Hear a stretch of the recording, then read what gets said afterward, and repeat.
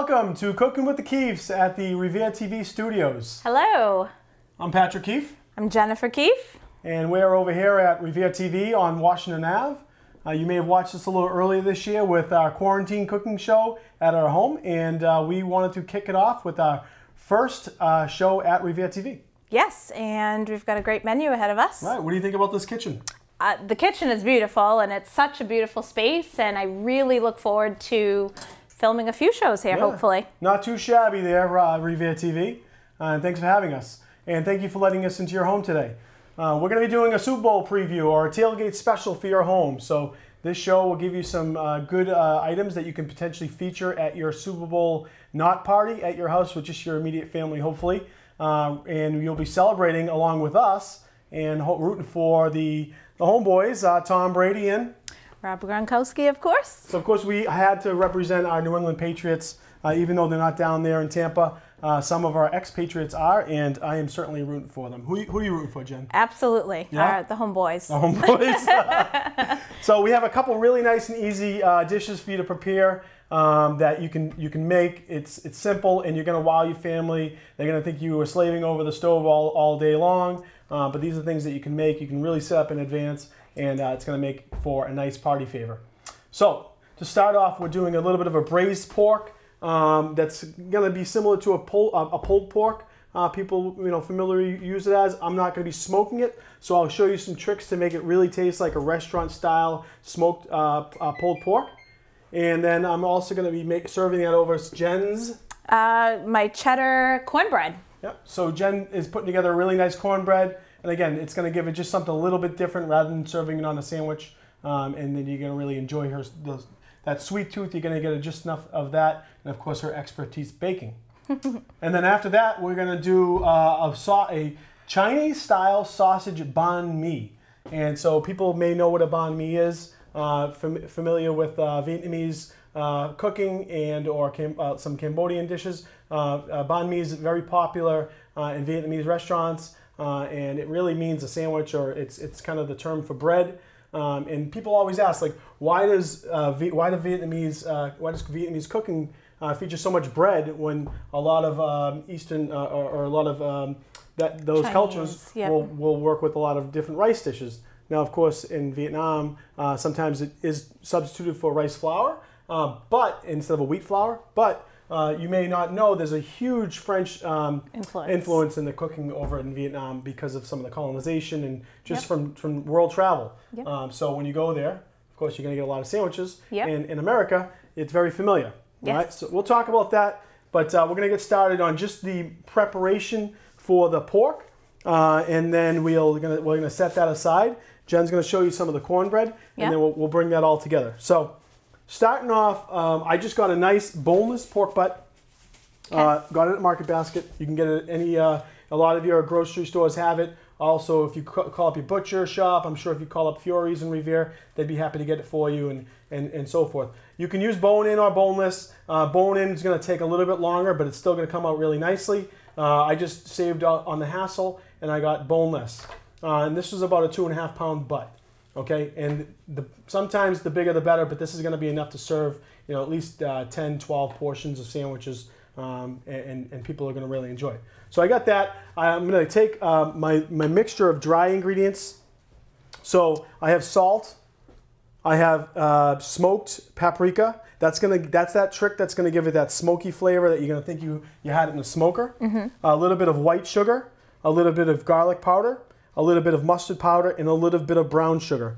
We're also going to add a little apple cider vinegar, some chipotles, and a little bit of orange, and the juice is going to come out too. So to start, I'm just going to cut up this onion, just a little bit of white onion, and it's a small white onion. And as that cooks, it's gonna flavor the pork, but the onion's gonna break down, and it's gonna be after this cooks for a while. The onion's really gonna break down, and it's gonna help build the sauce. So when I make this dish, I don't take anything out of the pan. Everything that kind of cooks down and braises in this pan, roasts in this pan, is gonna help make my sauce. And that's also the big key. Is you get this nice, really tender pork. Yeah. And after you make your own house-made barbecue sauce, people are going to think that you were working in a kitchen. Now you've had this, Jen. What do you think? I've had it quite a few times. This is one of your favorite go-to game day recipes for sure.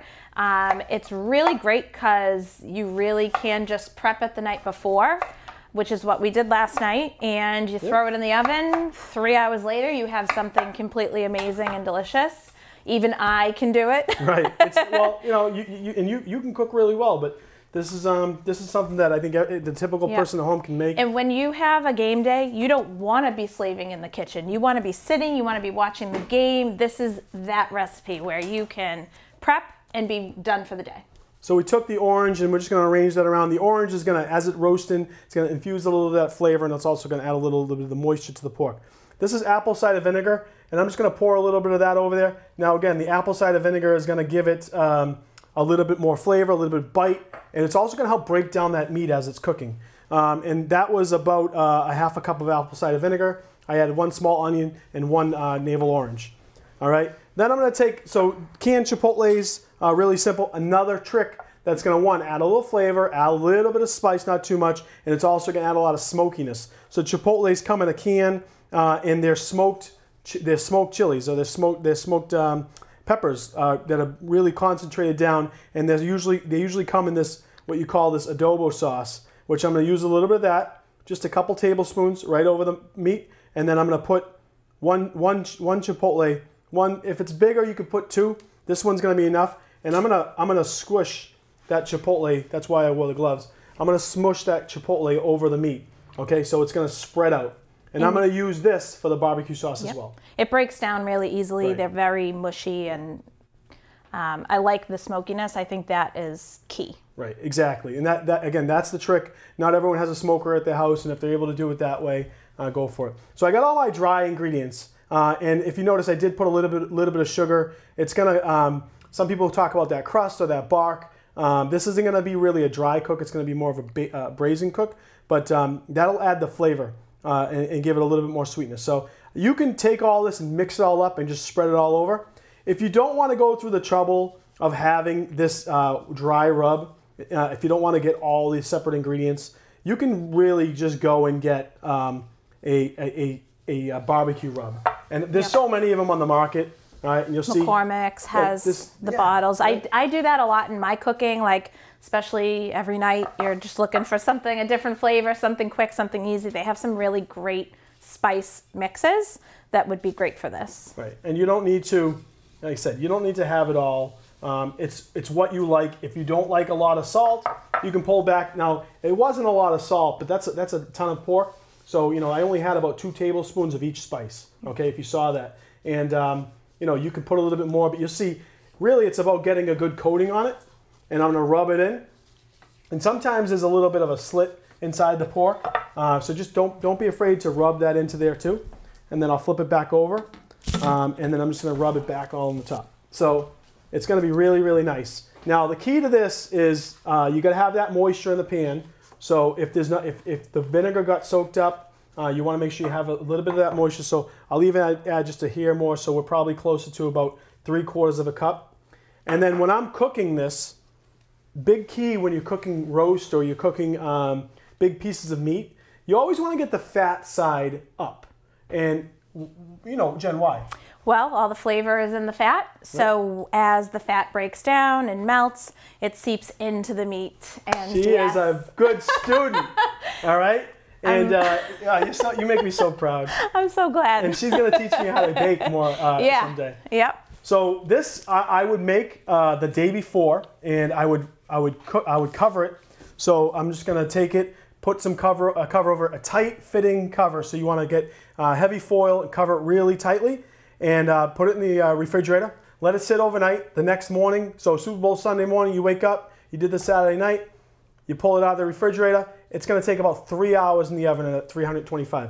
Tight lid, okay? So the reason the tight lid is it's going to create some steam and it's going to help break down that meat. All right, so I would cover this. RevereTV couldn't afford any foil, but no, I'm just joking. They probably have some. But, you know, put that in the refrigerator. And we're going to forget about that for a second.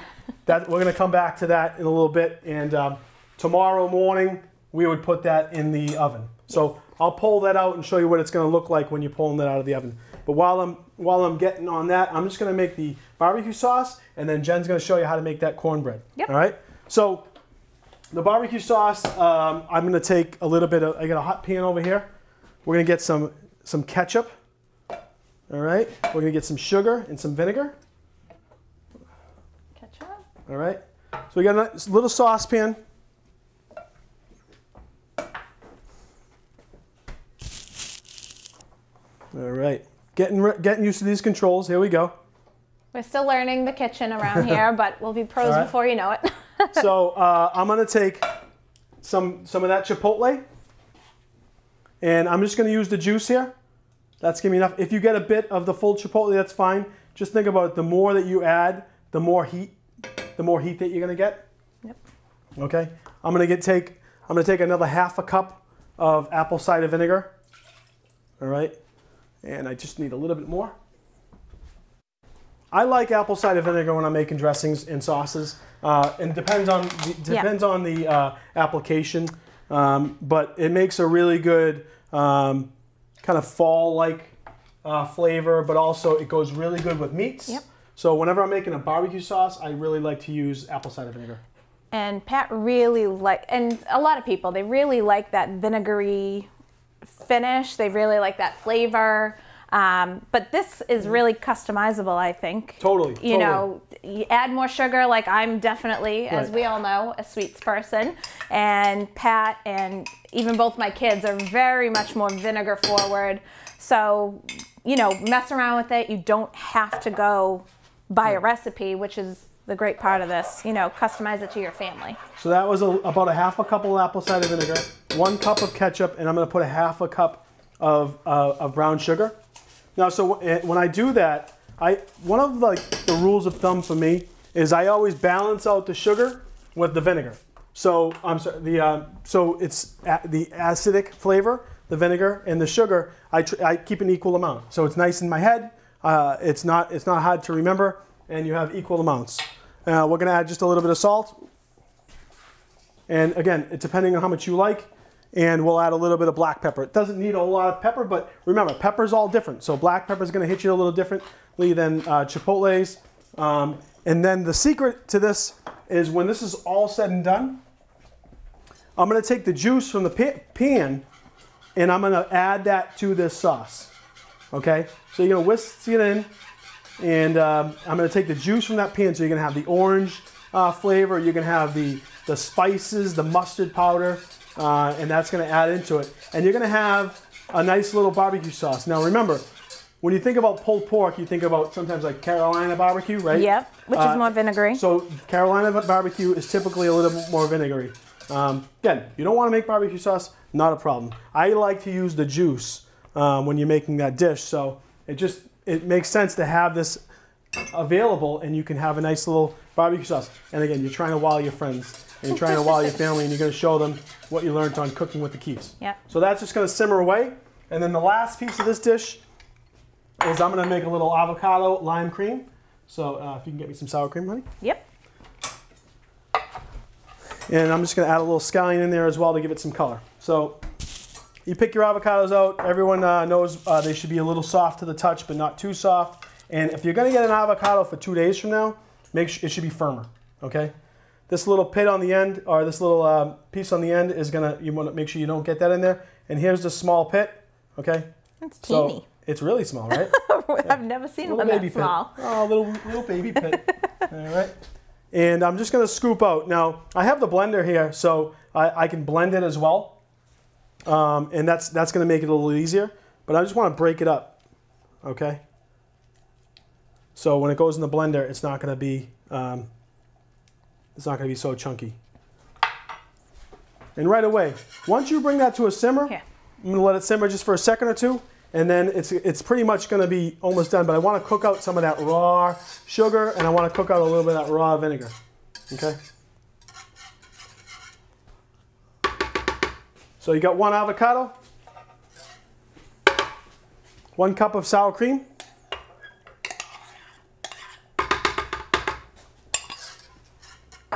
nice, simple measurements here. 1 lime. And again, limes, you want to pull them out. You can roll them a little bit. Yep. to get more juice out of them.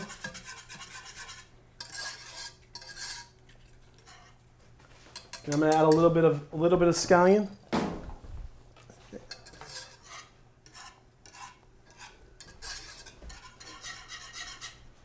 And I'm going to use a little scallion at the end to garnish this as well. So the scallion is going to get blended up, so it doesn't have to be a perfect cut, but I'm going to cut them a little thinner because I want to use that as that garnish. This is coming to a little bit of a boil. Should we? You can turn that off. Turn it off. Means all the sugars are probably nice and dissolved.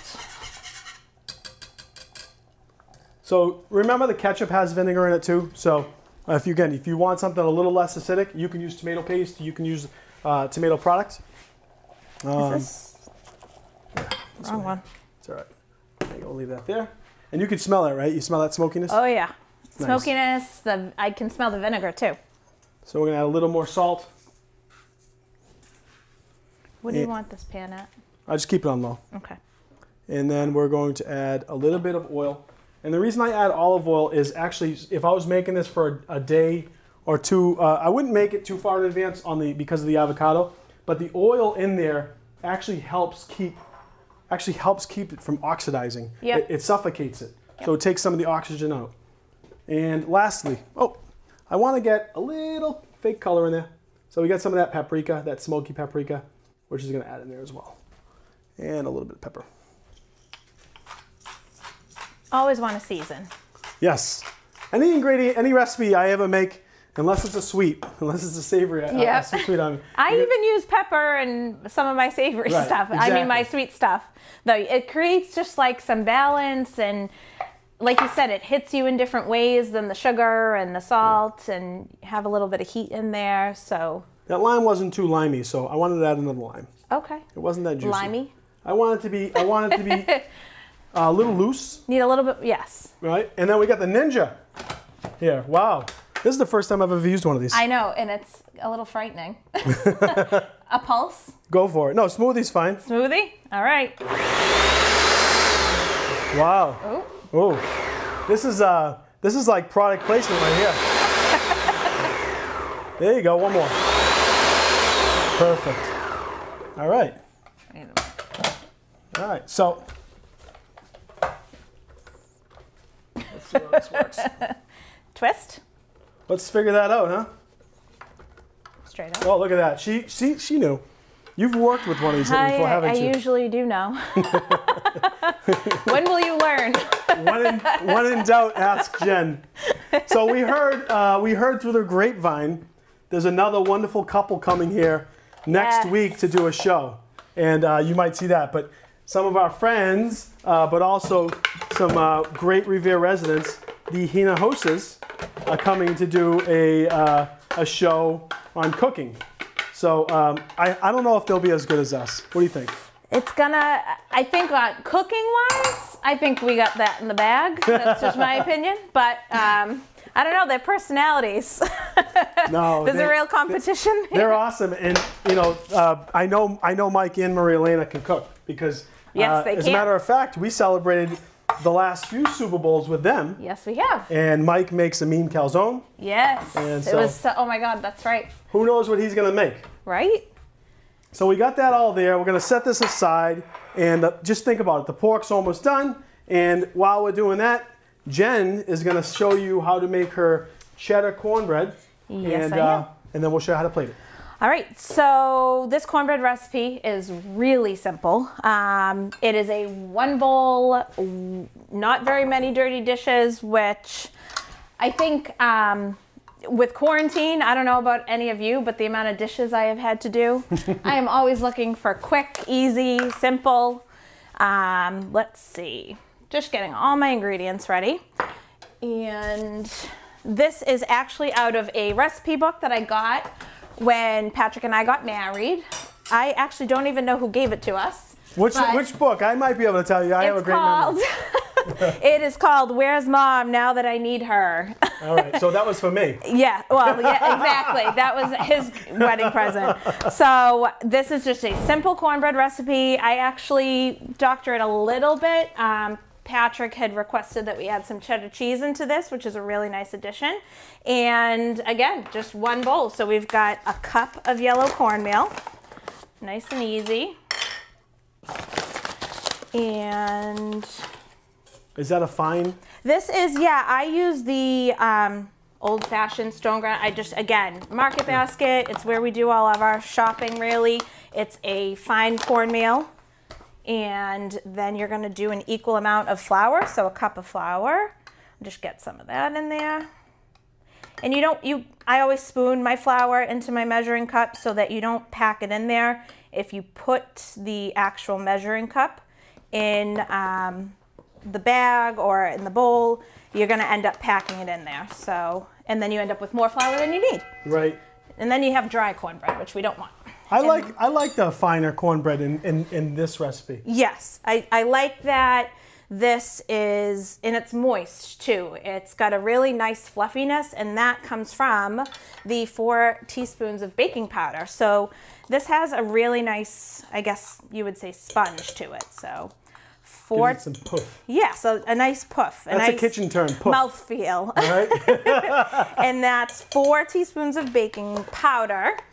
And you don't want to do baking soda because that's going to give you a little bit more of a metallic taste. Right. It's just a different ingredient. And then, ooh, actually, do we have salt? Yes. Ooh. Salt. I need about a half teaspoon of salt. And, okay, a 1/4 cup of cooking oil, canola, vegetable, whatever you have on hand, and a cup of milk. And I get down eye level with my measuring cup so that I make sure you can either do that, you can get really high counters. Yeah, right? And it calls for 1 egg beaten. So again, we're not going to dirty another bowl just to mix up that egg. And I'm going to just use a fork. Oh. Nice and simple, wow. Nice and small. And I'm just going to whip up that egg in with the milk so that it gets nice and beaten, and we just add that all in together. So that was 1 cup of milk and 1 egg. And all these recipes we'll provide with RevereTV. They can put them on the screen, or of course, if you want ever need a recipe, you can email either of us.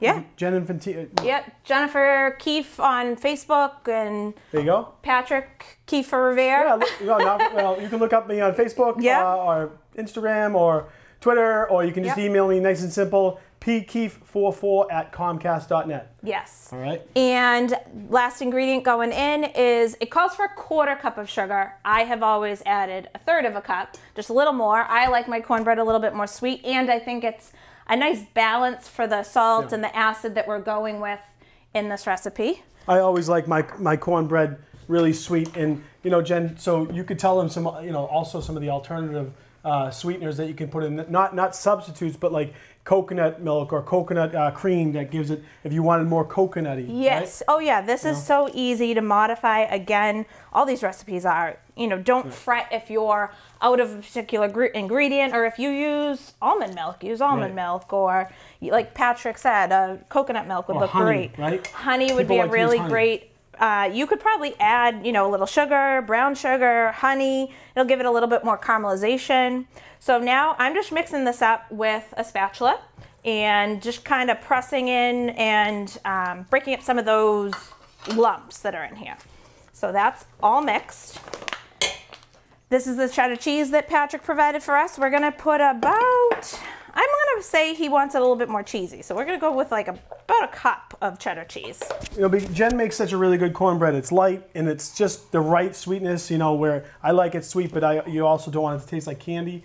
But when you make things like this, and of course I work in the kitchen a lot, is we've used, different sweets into savories. So by adding a really sharp, this is an extra sharp Cabot cheddar cheese, it's gonna have some cheesiness to it, and it's just gonna give it some of that base for the pork. It's gonna fit really well.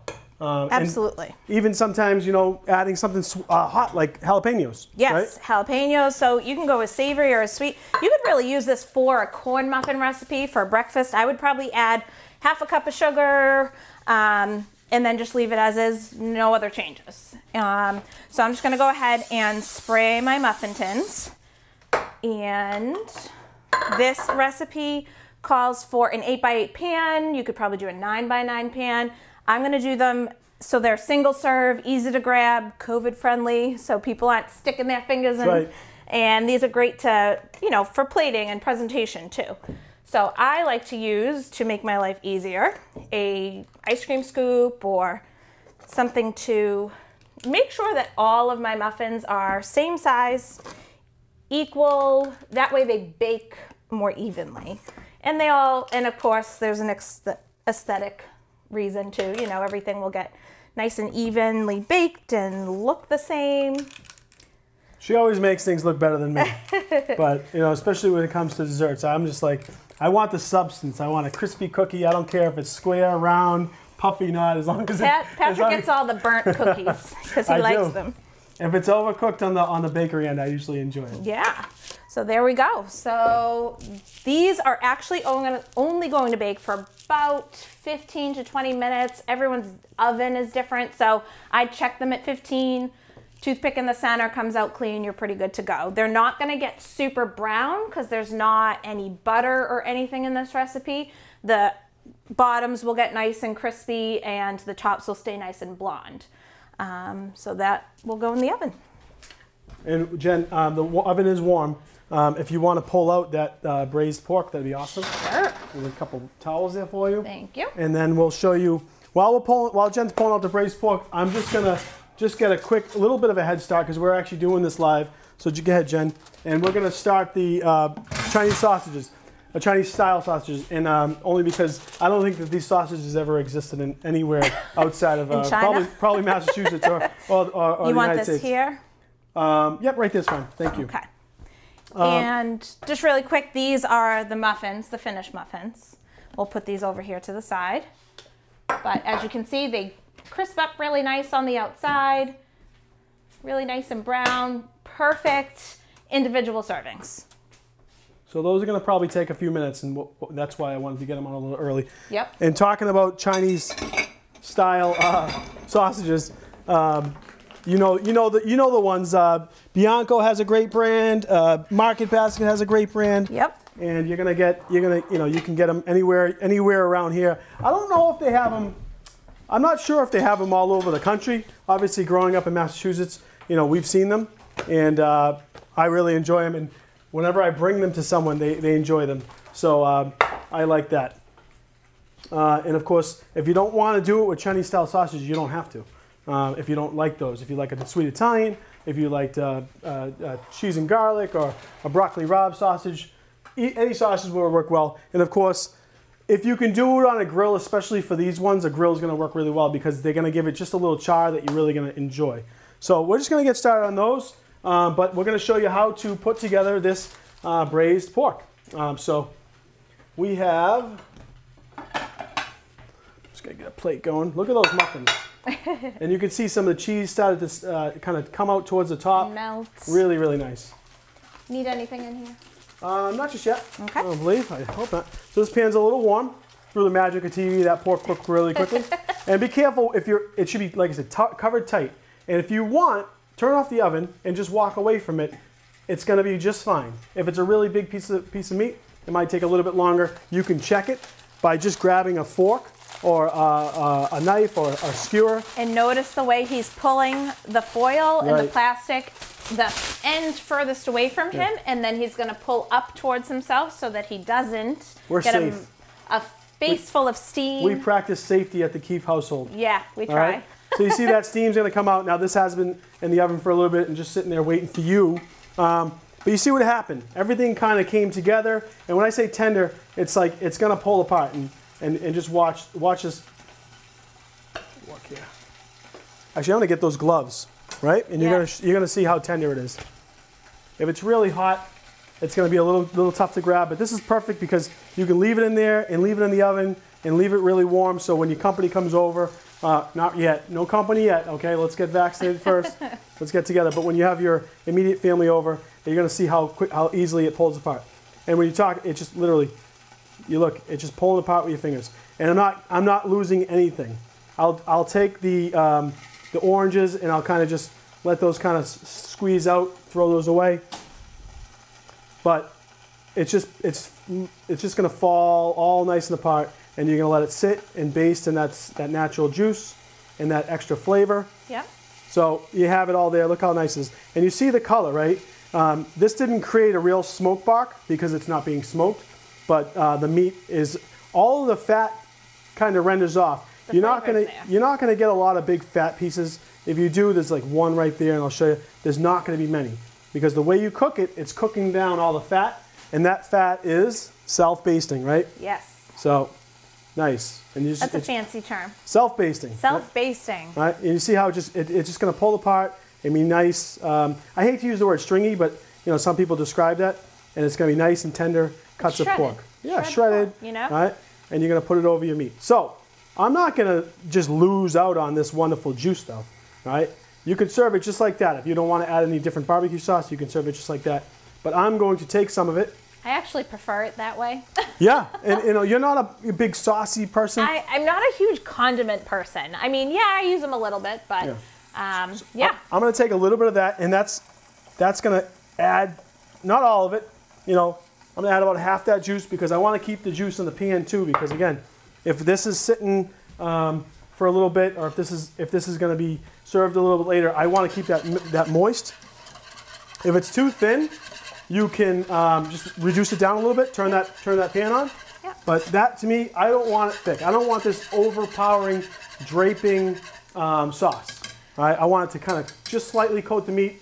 Similar to that Carolina-style barbecue, right? I was going to say, I feel like that's why we shy away from using a store-bought barbecue sauce. Not that they are not delicious and have their right place, but this is nice. It's nice and thin. It's the right consistency for this dish. How are those guys going? They're going good. Oh, boy. See how they get charred? Let's turn that down, but that's okay. I like that, and you'll like it, too. The Chinese sausages, because they have a lot of sugar in them, they have that aso, they get that char on the grill. You know that. So I'm just going to flip them and turn them, and we're just going to turn down this oven just a little bit and let those kind of cook nice. Yeah. So we have our muffins, nice like this, and you know this is just for me this plate here, so I think I'm going to have 4 of them. Just kidding. You can cut them in half. You can cut them like this. You don't have to cut them at all. Break them open. So you can break them open, but I just wanted you to see the inside of them a little bit. So you can see there's some little chunks of cheese, and the more cheese you want, it's totally okay. All right. So I'm just going to do like that. I'm going to come a couple different ways. We'll do like a muffin top here. Okay. Oh. They're nice and porous because of that fluffiness, so it's going to be a really nice vehicle to soak up all those juices and really capture all that flavor. I think I like cutting them like that because not everyone gets the top and the bottom, you know? I get you. All right? Yeah. You get me, right? You guys got me over there? All right. Then we have that avocado citrus creaminess. Nice in this sweet kind of cheddary cornbread. And we're just going to do that schmear here, nice and that fancy term. Again, you don't have to have this, but it's going to, ultimately, this is something you have set up. People are going to make how they want. And they may want it, and you're just going to make little individual plates. I'm going to make you a little bit of a plate. You can turn that down a little bit more. Okay. All right. I'm going to make you a little bit like this. All right. Off. And it's okay to be a little bit rustic, right? Yes. That's in style now. That's style. Rustic is style, right? The term. And we're going to take a little bit of that pork.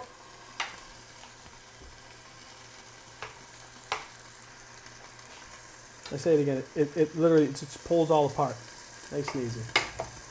All right. We're going to take a little bit of that. I can hear Andrew in the back. He's going, "What's going on? Where's my sandwich, Andrew? You're going to get fed tonight. Everyone's getting fed. Don't worry about it. RevereTV will not leave hungry." You can just. I turn this off. Oh, beautiful. You want me to turn them again? No, it's good. Okay.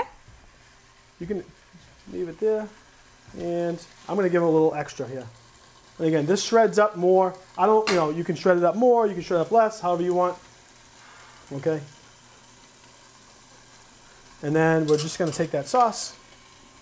Put this over here. Yeah, I got it. Just take it off the heat completely. Yeah. Those electric stoves, you know. And then we're just going to spoon some of that sauce on. This is not meant to be eaten like a sandwich. This is meant to be eaten with a fork or a spoon or whatever you got to put it in. Your fingers. Right, your fingers. Right. And then as a garnish, you get that. A little bit of scallion. So there is your braised pork with a house barbecue and Jen's. Oh, hold it off the screen. I'm sorry. Sorry. I'm used to having the my daughter with the iPhone just filming us. So that's it, and that's gonna be, you know. Jen, do you want to try it, or what do you think? Do you think RevereTV wants to see? I think they want to see you try it. Okay. All right. Get a little scoop. Don't worry, Andrew. We're gonna save some for you. Okay? I'm gonna use a fork. All right. And yes, I will try some. We'll leave that here. All right. It's pretty good. Pretty good? I like it. You'll keep me. She'll keep me. He gets to stay around another day. I get to stick around to watch the Super Bowl. Yep.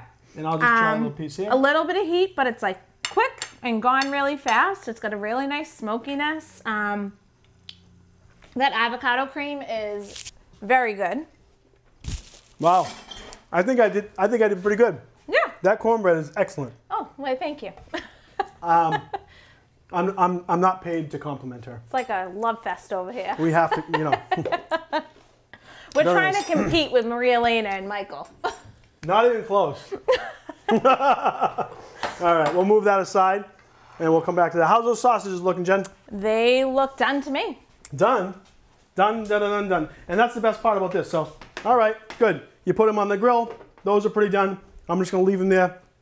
Those won't overcook. Sausages are very moist with the fats and things like that. Yep. So we're going to make a quick slaw, vinegar slaw. We're going to make a Sriracha Aioli. And we're going to talk about this dish a little bit. So we have there's a bit of mayo in there, Jennifer. Yep. And we'll make all this up. So this is the quick and easy stuff. And you're going to really like this. So to start, Banh Mi, as mentioned, in Vietnam Banh Mi is very, very popular. Obviously, you go down to some restaurants right on Shirley Ave, and you're going to get a Banh Mi. There's a food truck that runs around Boston. They were so popular that they actually went and opened up their own brick and mortar. Unfortunately, I don't know if COVID's done very good for anyone, so not sure what's going on with them. But Sriracha, you can buy this in any grocery store, and just mayonnaise, and I'm going to add a little bit of lime as well. So traditionally, Banh Mi would, and you can add as much as you want. You want a lot of heat, you want a little heat, you don't want much. And I'm just going to take it like that. My son likes this. This is a condiment of choice for his. Yeah. You can make something like this and put it on chicken fingers or whatever you like. You can put it on a roast beef sandwich, or you can put it on your Banh Mi. So that was about 2.5, 3 tablespoons of Sriracha, and I have about 1.5 cups of mayonnaise. And I'm just going to set that aside, easy peasy, right? So we'll leave that there. When you think about Banh Mi, though, a lot of times what they do is they have this wonderful French bread, and the base of it is usually a pate, right? Yep. So some people use a chicken liver pate, some people use a duck liver pate. Chicken liver is probably more common, or some sort of a creamy spread. So I was thinking, with the, we're not using a traditional piece of pork or piece of meat to go in there. Right. This would go excellently in there. Yes. That's why I kind of brought them both together. But I'm doing it with a sausage, and this is going to be the creaminess. Okay. Yep. So if you don't like that, you can think of other different creaminess. You can do a mustard aioli, which I was thinking about making a spicy mustard. So you're going to get that, and you're going to get the bread ready. Yep. I think I have a cucumber in there. I'm just going to do a quick, what I call a quick pickle on some cucumbers. So I have an English cucumber, and I'm going to cut them really, really thin. Right? You can use a mandolin. And when I say quick pickle, because they're so thin, just the vinegar and the acidity on that is gonna kind of break them down. So you can do this with any type of cucumber. I like the English cucumbers because they're not as seedy. Yep. All I have a question. Could you use the avocado cream that you made? Absolutely. Would that be good in this? I know you'd like it. Probably Yes. why I'm asking. Of course it would. And I'm not trying to add too much heat to everyone today, but Yep. I think about the Super Bowl and I think about tailgates. There's usually some drinking involved, Coca-Colas or Sprites, Yep. And I'm just going to take a little bit of salt and a little bit of pepper, and you don't have to put much vinegar in this. And I'm going to use a little bit of the rice wine vinegar, and that's just going to break it down a little bit, and literally just spoon it around. The salt's good too, like salt and cucumbers. Yep, absolutely. You know, really tastes good. Yep. And just let that sit. I'm going to set that aside. That's going to add some crispiness and crunchiness and some freshness to this dish. So that's condiment number 1. Condiment number 2 is going to be our vinegar slaw, I'm calling it. Okay, just some shredded carrots. That's about a good cup of shredded carrots. And obviously, you know, this is going to be more than I'll need for today. But if you're making a couple of these, you're going to want to have this handy. This is Napa cabbage. You can use white Savoy cabbage. You can use, you know, any type of cabbage you really like. Napa's a little bit lighter, and it's gonna break down a little quicker. So I figured for the banh mi, it's gonna lend itself well, and it's not gonna be it's gonna be crispy, but it's not gonna overpower it. Sometimes when you get cabbage, you know what it smells like after it's been sitting for a second. You get that aroma that can be a little bit unappealing. This is a lot lighter and a lot more mild. So I'm just kind of cutting it down, trying to keep it long strips, so it really it makes itself look really cool on the plate, and it shreds nicer. It shreds nicely and doesn't break down. So again, I got about 2 cups of cabbage. So I usually do when I do a slaw, I usually do 2 to 1 on the cabbage to carrots, because the carrots bleed out and they get a little too much orange. So I usually do 2 to 1 or 3 to 1 on the cabbage to carrots. Okay. All right. Now this is going to be a vinegar slaw, so this is not going to be there's not going to be any creaminess in this. Yep. The creaminess is going to be provided there. And then we're going to get some peanuts, some crunchy peanuts. All right. And I'm just going to hand crush them. All right. And it's okay. They're going to add some crunch. Yep. A little hand crushed. You can chop them up if you want a little finer. You don't like texture is everything too. When you're eating, you know, you want that creaminess, the crunchiness, the coolness of the slaw, the heat from the meat. It's all so relative. A little bit of that scallion. Cut these tips off here. We'll leave that there.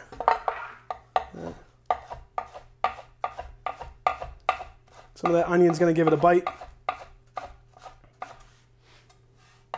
About a 1/4 cup of scallion.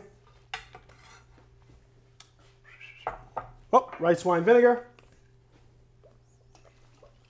And you can mix the rice wine vinegar in the beginning.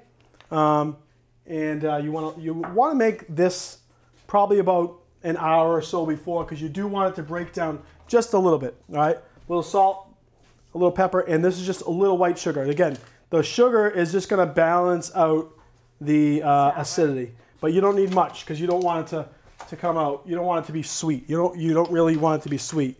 You want it to be a little acidic. It's going to break down that pork. It's going to break down the fattiness, all right, and that cream in the sauce. So we got that. We'll mix this up. Yeah, we'll use it here. Oh, there you go. We're just going to mix this up lightly. And I'm going to do that, will you? Sure. And just would you put about a tablespoon of sesame seeds in there, please? Yes, absolutely. All right. So these two, the cucumbers, you can do a little bit in advance, so they just soften up a little bit, and also something to snack on when you're making all your food. And the last piece into that slaw is I have mint and cilantro. The cilantro is going to go on the top, but I want to put a little bit in the slaw. I always kind of have a habit of, if it's a garnish, it should be in the dish as well. I mean, not all the time. I know if you're using something just to add color, but I think a little bit in there, you know, it just complements the dish. But, you know, if it's a garnish, it should taste good enough to be in the dish. Okay? So a little cilantro in there, and then I'm just going to tear some mint. All right? And why do I tear mint? Why do I tear herbs? The more you cut herbs, they start to bruise. And just some mint is going to spread out. And again, that's going to balance out on that dish. This smells amazing. Right? And it's very good. I know you're going to like it. It's really refreshing. This would be great in the summer, but... This is great year-round. Yes. Yeah, year-round. This is good party food, but this is good just like you said. You got the grill out. It's going to work really perfectly. So let's just pretend that's that. But you can make it fresh right then and there. It's not. Yep. It's the reason I use the Napa cabbage is it doesn't need a lot of time to wait. Where if you used a heavier cabbage, you'd want it to sit and break down a good, like overnight. good little while. Yeah. You know, like a couple hours at least, right? Yep. So you got some sesame there. Yep. Last piece is a nice French loaf. Yep. You can get them anywhere. It's funny. I was at Saturday morning. I went to Casablanca Bakery in Revere, and they have again Moroccan influence is influenced by French cuisine as well. Yes. They're not far from each other, and there's a heavy influence of French cooking in Morocco. So they make really good French croissants and French breads. Their croissants are to die for. So if you want to go there and get the bread, that's perfect. Again, we're a house of 4, and we shop mostly at Market Basket, like everyone else in Revere, which is not a problem. Of course, I did have to wait in line, so I hope you guys appreciate that. So I'm just going to slice it, not straight down the side, but more like about 2/3 of the way up, so you get a little bit more presentation. And I'm going to break it open. And I kind of guesstimated that 3 sausages would be good for this. If it's a little too bready, you can pull it out a little. You can pull out a little bit, but this one seems pretty good. All right, you just don't. You want to get fresh bread too. You want to have fresh bread. You don't want to have this bread sitting around a couple days because it'll fall apart on you, and it will just be not as tasty. But you want that fresh crunch, and of course you want that chewiness. So we're gonna get that. We're gonna lather on some of this Sriracha Aioli. Andrew, I hope you're good with some heat. All right. And that's going to give it a lot of good flavor. But, you know, this is really not that spicy. Sriracha is... it's a quick heat. It's a quick heat, but there's all this, the cream in the mayo. The mayo is going to add that creaminess. All right? You want to go crazy and put a little avocado cream in there, Jen? Yes, you really do. I really do. You really do. I do. If I'm going to eat this, I want to go. She wants a little avocado. I don't want to see it go to waste. All right? And it's a good color, too. It's not going to go to waste. So we're going to do... So we have the double pate. So this is going to serve as the pate. We're going to use that avocado cream, and we're going to use the chipotle, the Sriracha Aioli. Sriracha. All right. Then we have these sausages that we took off the heat, and yep, they're nicely cooked. Put this over here.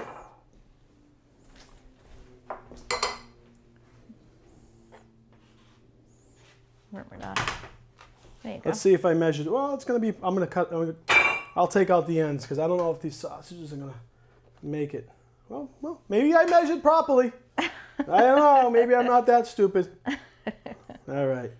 So they're going to fit in there well. Now, again, pretty cheap, right? Pretty inexpensive when you think about it. You're making this. You can cut this into, 10, 12 pieces. Yep. And so that's what we're going to do. We're going to feed a crowd. We're going to show you. We're going to add the pickles first. Okay. And we're just going to lay those here. All right.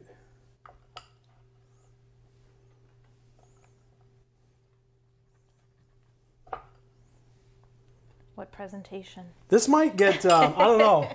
I'm not sure if New Deal might pick this sandwich up, but you have all the rights. Just call it the Keefe, the sandwich. We wanted to call it the Keefe Banh Mi. We're really, really going to confuse people. The Italian grocer will serve a Keefe Banh Mi. The Keefe Banh Mi.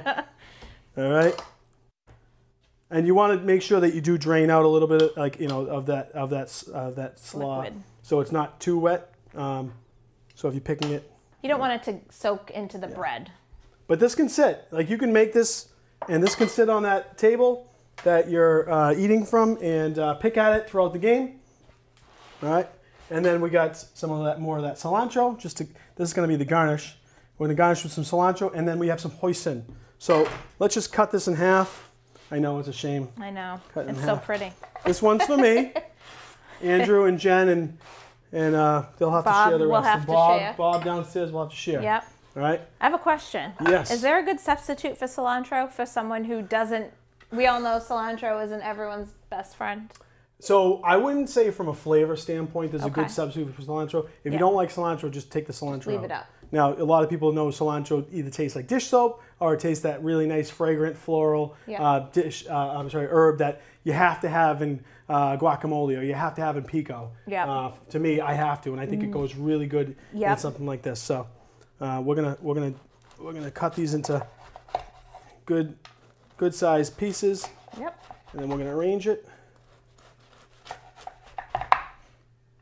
How important do you think it is to have that presentation? That's everything, right? I agree. Yes. You eat with your eyes. Everyone knows that. Yeah. All right. Look at how nicely cooked that is, right? Beautifully. All right. So, garnish with that cilantro. There we go, just a couple. You can rip your sprig off, Jen, if you don't want it. No, I love it. I love cilantro. Right. I just know that not everybody does. And then you have that hoisin. Okay. Hoisin is delicious. It's Chinese barbecue. Yep. Okay. People love it. Stop pushing it. Where am I moving this? Okay. So we have this one got eaten a little bit. We have our Super Bowl tailgate feast. You know, I really hope you enjoyed these recipes. I know Jen is excited. Yeah. She said, now I have to make them on Super Bowl. Yes, absolutely. This is going on the menu. Right.